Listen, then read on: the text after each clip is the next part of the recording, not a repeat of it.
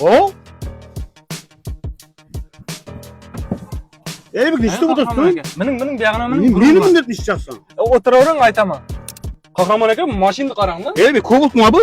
Vo, Monitorlar ham bor, CD ham qizadi, qo'shini chexol. Polni kojini chexol, rollari knopka, cruise control bor, XCD'ni qizadi. Yana qarang-da bu monitorni. Dahshat. Uka bir narsasi kam so'tdi.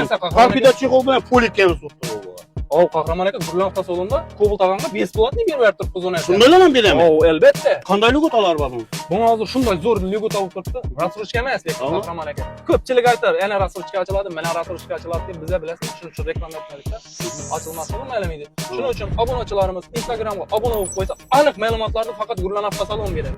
Keyin logotaga keladigan bo'lsak, bu mashina bor yo'g'i 40 million, 42 million so'm bilan avtomobilni xarid qilib chiqib ketsa bo'ladi. Oylik to'lovi 3 million 300 ming so'mdan tushadi, xudo xolasa. Bir pasport evazina bo'ladi. Qahramon aka, o'ylab qarang. Zo'r lekin mashinalardan dilim ketdi. Bu tablolari ham boshqa yo'q. Ajoyib mashina, Qahramon aka, Cobalt'dan xalqning ishonchiga kirgan mashina hisoblanadi. Uchun komfortli bu mashina lekin haqiqatdan. Motor ham boshqachami buni? Avo, sel boshqacharoq qaragan. Buni o'zmi bu? Buni miyasimi bu? Miyasi boshqacharoq, ha? Miyasi boshqacharoq. Qarang Qahramon aka. Bu narsa vanus deb aytiladi. Endi Cobalt'larning klapini kuydirish degan muammo bo'lmaydi umuman. Metan, propan, benzin ketaveradi, farqi yo'q. Miyasini kelsak, miyasi hozirgi kunda ekonomlashtirilgan, xudo xolasa, benzindan kameton bo'lib chiqdi. Razgon ham yaxshi avvalgiga qaraganda. Endi Afgonga chiqqanda umuman qiynalib o'tirmaydi, xudo Buni xolasa. bir test drive etib ko'rish kerak. Bo'ldi, xudo xolasa, keyingi videolarda qo'yamiz buni. Bo'ladimi? Bo'ldi.